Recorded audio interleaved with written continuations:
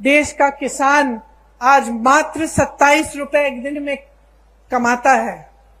सुन लीजिए, आप यहाँ किसान बैठे हैं, यहाँ आपकी सरकार आपकी सहायता करती है, बिजली पानी सुविधाएं आपको मिलती हैं। देश भर में किसानों को मजबूत करने के बजाय किसानों की कमर तोड़ी गई है। आज देश भर में किसान एक दिन में 27 रुपए कमाता है। और अडानी जी जिसका जिक्र आपने किया, बड़े बड़े उद्योगपति कितना कमाते हैं बताओ? 1600 करोड़ रुपए एक दिन में एक आदमी कमा रहा है। 1600 करोड़ रुपए एक दिन में वो कमा रहा है।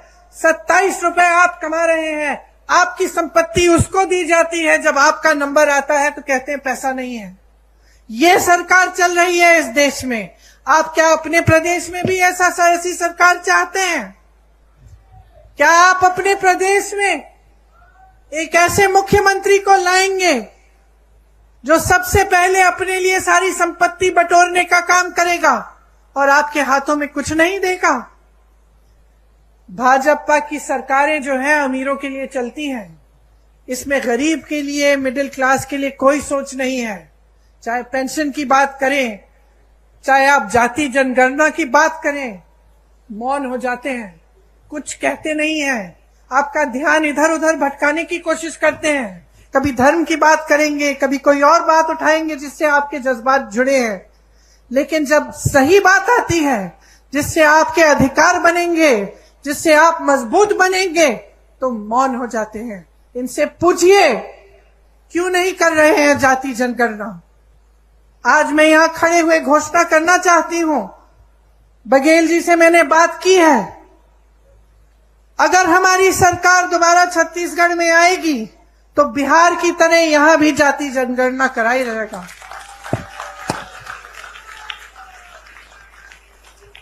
बिहार में आपने देखा है, बिहार में आंकड़े आपने देखे हैं। 84%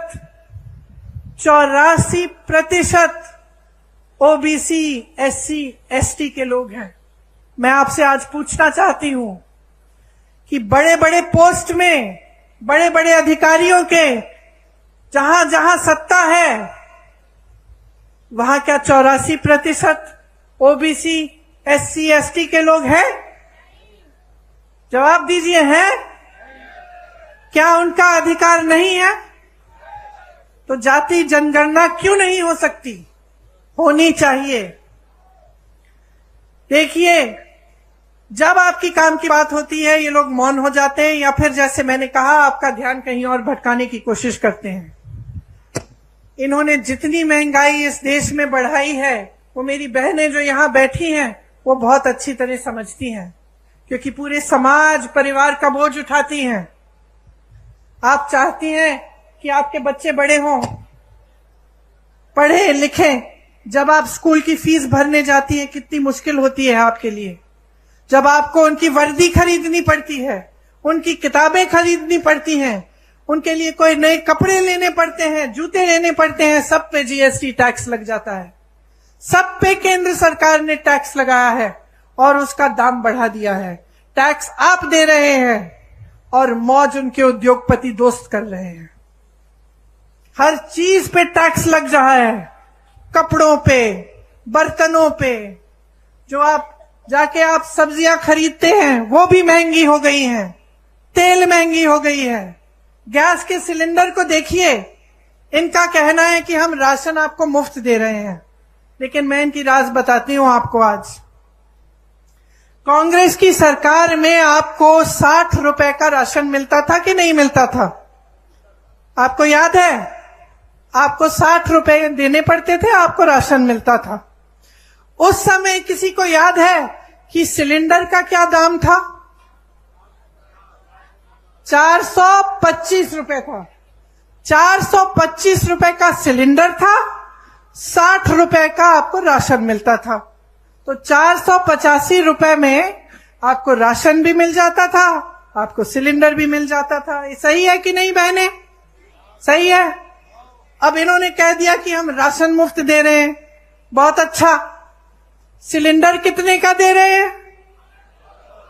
1125 रुपए से 1200 रुपए में। समझ रहे हैं आप कि आपके साथ कितना बड़ा धोखा हो रहा है? आपको कहा जा रहा है कि आपको राशन मुफ्त मिल रहा है, लेकिन जितना राशन का दाम पहली सरकार को आप जितना राशन के लिए देते थे उससे कहीं ज्यादा सिलेंडर का है। तो जहां आपको 485 रुपए में दोनों चीजें मिल जाती थी, आज 1125 रुपए में एक सिलेंडर मिल रहा है। कौन खरीदेगा? अरे इनके उद्योगपति दोस्त आपके घर आके आपके लिए सिलेंडर खरीदेंगे?